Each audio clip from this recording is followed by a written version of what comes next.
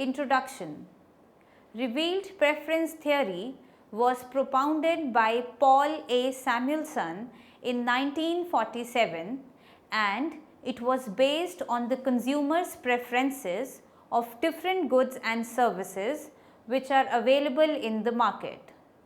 He has derived the demand curve of a consumer based on the consumer's budgetary constraints and his preferences revealed in the market without involving any ordinal or cardinal measurement of utility.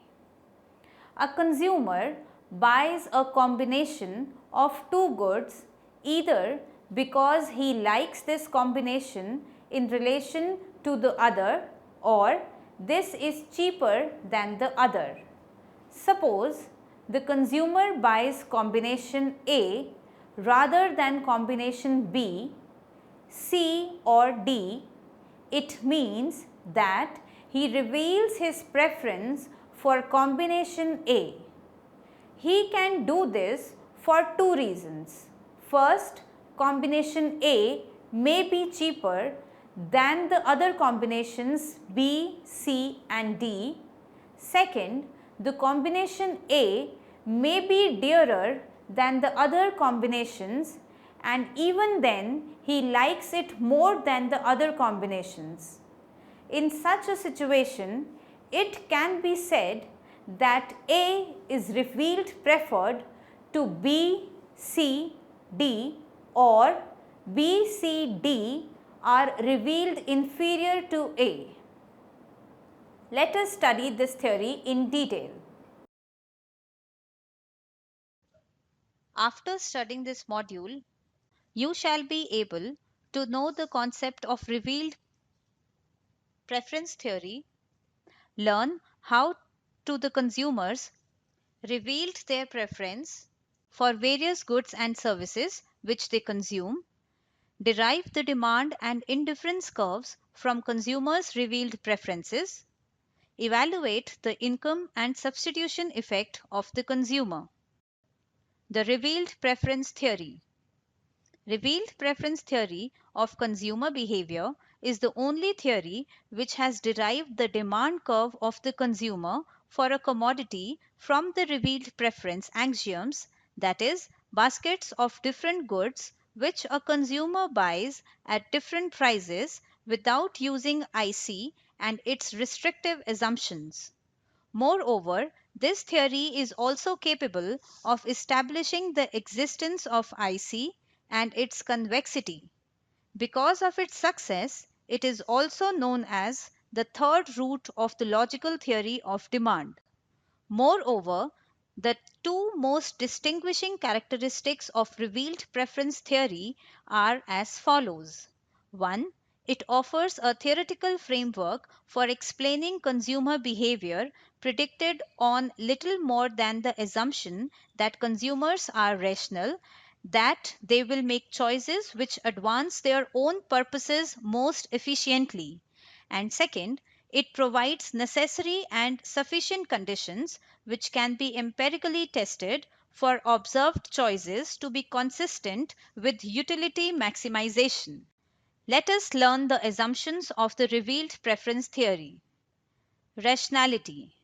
A consumer is always rational, that is, he or she always prefers more of goods and services to derive maximum utility. Thus, he always buys the commodity which gives him maximum utility, and then he buys the least utility giving commodity at the end. Transitivity and consistence of choice. Consumer preferences are always transitive. That is, if a consumer prefers good X over good Y and the same consumer prefers good Y over good Z, then according to this assumption of transitivity, he must prefer good X over good Z also. If X is greater than Y, if Y is greater than Z, therefore X must be greater than Z. Whereas, as per consistence of choice, if a consumer prefers good X to good Y in one period, then he must not prefer good Y to good X in another period, or must not treat both the goods as equal. Symbolically, if x is greater than y in one period, then y is greater than or equal to x, or y is not equal to x in other period. Price inducements. Given the consumer choice for a basket of goods, a consumer can induce to buy a different basket of goods which provide him sufficient price incentives. Revealed preference axioms. As revealed preference theory developed, three primary axioms were identified: the weak, strong, and generalized axioms of revealed preference. The weak axiom indicates that at given price and incomes, if one good is purchased rather than another, then the consumer will always make the same choice. Less abstractly, the weak axiom argues that if a consumer purchases one particular type of good, then the consumer will never purchase a different brand or good unless it provides more benefit by being less expensive, having better quality, or providing increased convenience. Hence, the basic axiom of the revealed preference theory is that if a consumer chooses one basket of goods, given his budgetary constraints and the alternative baskets of goods of the same price, then he reveals his preference. For instance, if there are two baskets A and B comprising of two goods X and Y, and both are equally expensive to the consumer, then if a consumer chooses basket A over B, then the consumer is said to reveal his preference for basket A. He may do so because either he would have a liking for that basket of goods, or it is relatively less expensive than the other. But if the consumer chooses one basket over the other because it is cheaper than the other basket, then the consumer is not said to have revealed his preference. He is only said to have revealed his preference for a basket over the other when the price of both the baskets are the same, and he chooses one basket over the other because he likes the other basket over the other. Then only the consumer reveals his preference for one basket over the other. This can be understood with the help of a diagram. In the diagram, the budget line of the consumer is MN, where he can choose various baskets of goods X and Y given his income and the prices of X and Y. Now, if the consumer chooses any basket of good, for instance, if he chooses basket A, which comprises of OX of X and OP of Y, then he is said to have revealed his preference for basket A over any other basket which lies on the same budget line. So here the consumer has revealed his preference for A over B. Any basket which lies below the budget line, like basket C, comprises of cheaper X and Y, and the consumer will not reveal his preference for it. Any basket lying above the budget line would be too expensive for the consumer to buy, therefore, he will also not reveal his preference for that basket, like basket D.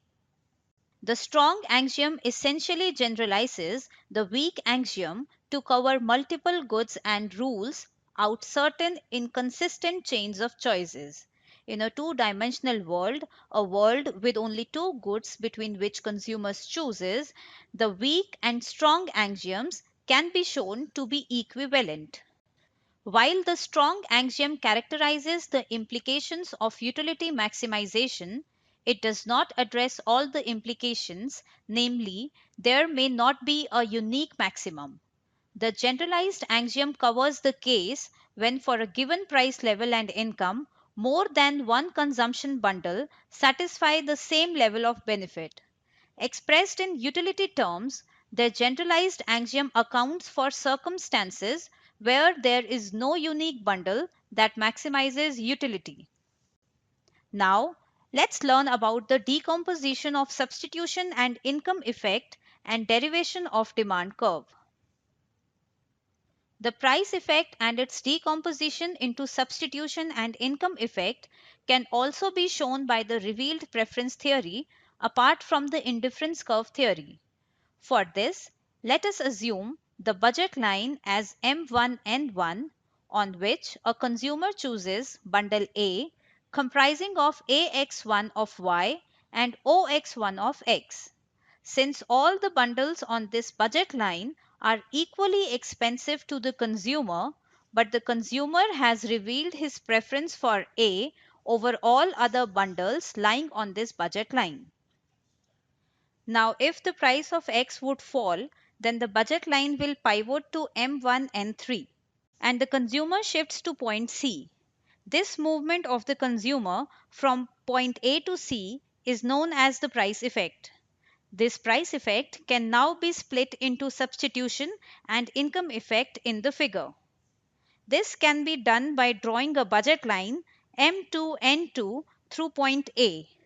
Note that we are doing the separation based on the Slutskin method. Since the new budget line M2N2 passes through point A, so I mean that the combination of X and Y are still available to the consumer. Now the consumer response to the change in the price of X could be taken as the bundle which he chooses on this M2N2 budget line. As it has been seen in the above diagram that the consumer will not choose any bundle lying between M2A as all these bundles are inferior to him.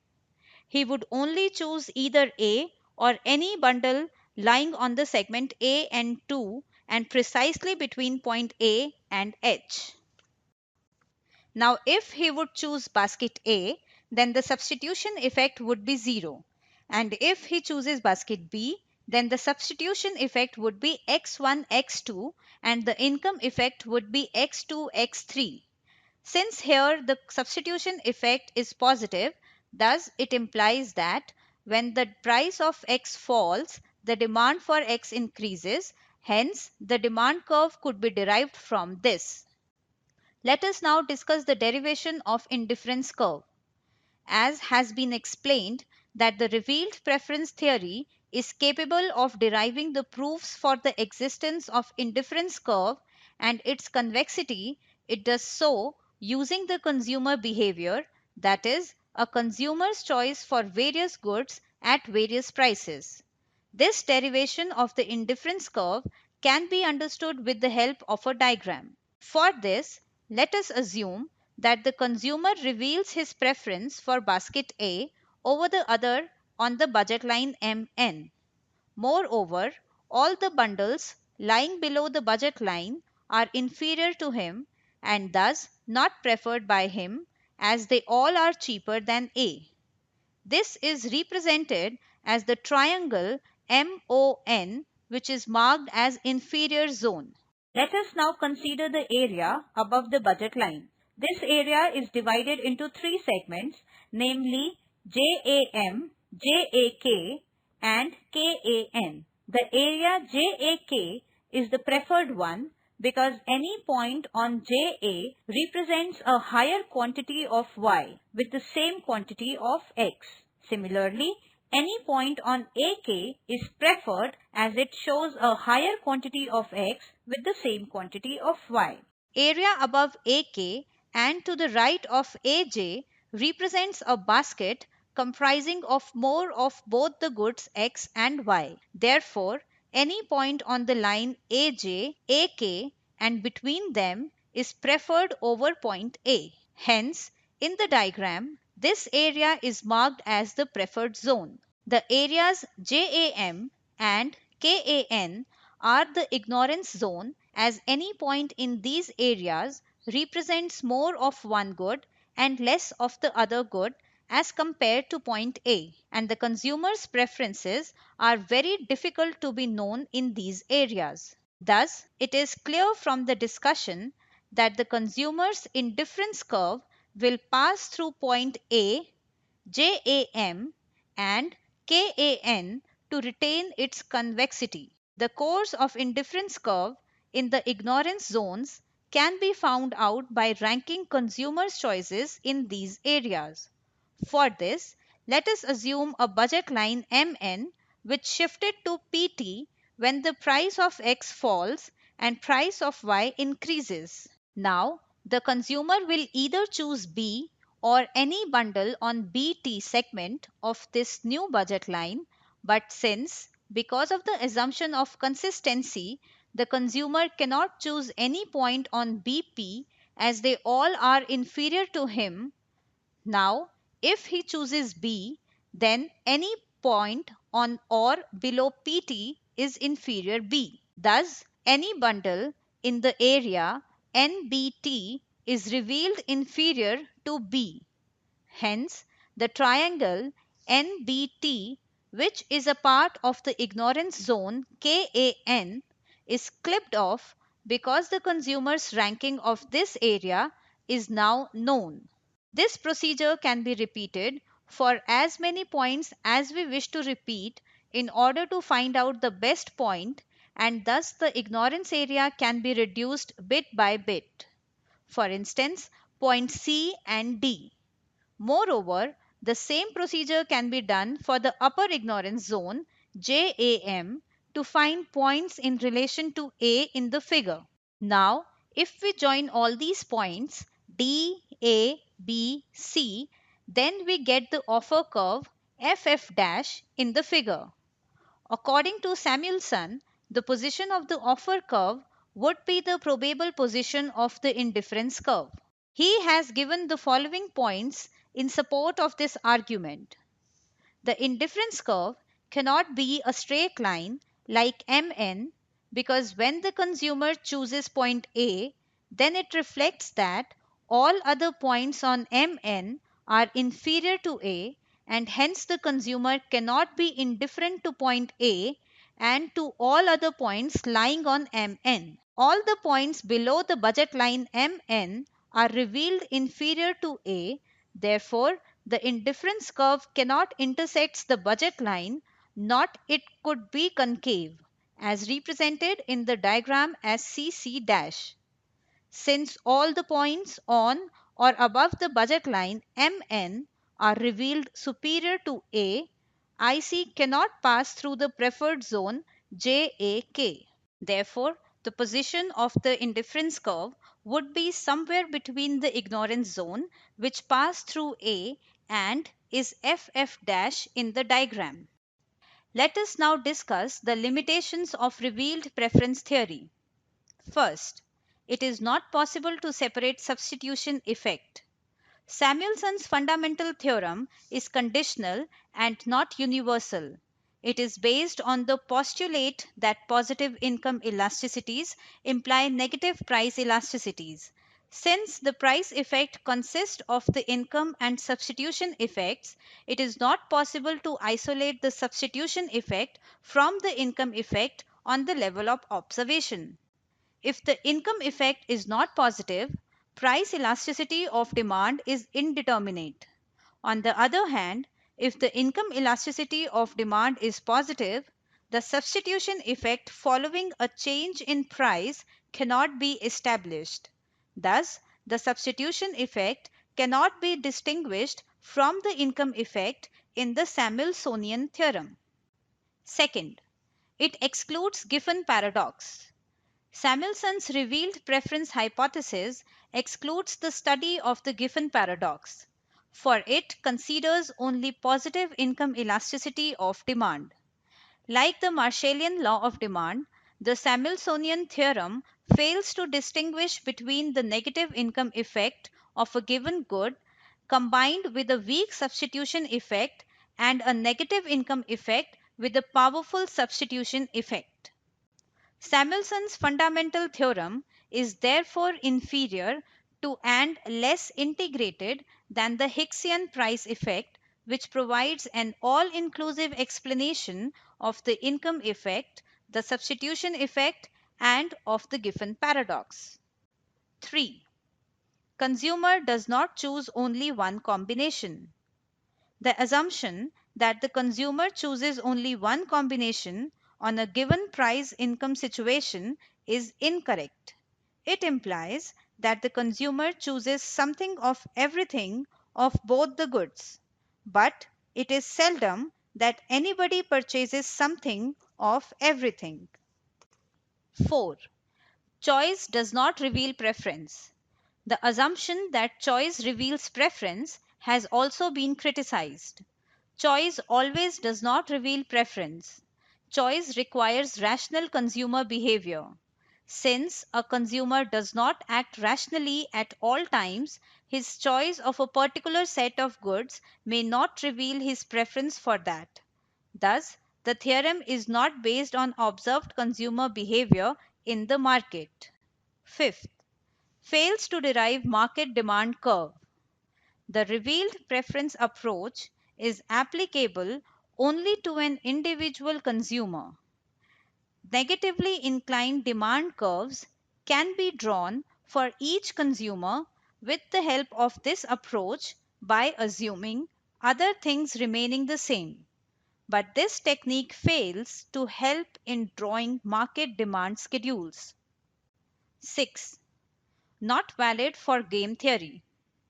According to Tapas Majumdar, the revealed preferences hypothesis is invalid for the situations where the individual choosers are known to be capable of employing strategies of a game theory type.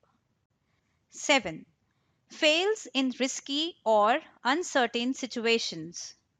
The revealed preference theory fails to analyze consumer behavior in choices involving risk or uncertainty. If there are three situations A, B, and C, the consumer prefers A to B and C to A. Out of these, A is certain, but chances of occurring B or C are 50-50. In such a situation, the consumer's preference for C over A cannot be said to be based on his observed market behavior. Summary. The revealed preference theory given by Samuelson is though easy and simple, but it has its own complexities. As we have seen, the consumer can reveal his preferences by choosing only one basket of goods over the others, and thus there is no need of finding out the price effect using the indifference curve approach.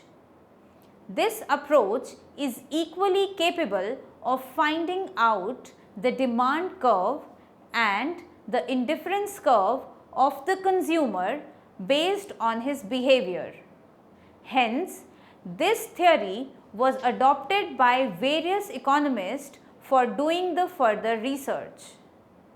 However, there are certain limitations to this theory. The theory fails to separate the substitution effect. It excludes the Giffen paradox. The consumer does not choose only one combination but various combinations. Choice of a consumer does not reveal preference as choice requires rational consumer behavior. Revealed preference theory fails to derive market demand curve. It is not valid for game theory and thus it fails in risky or uncertain situations.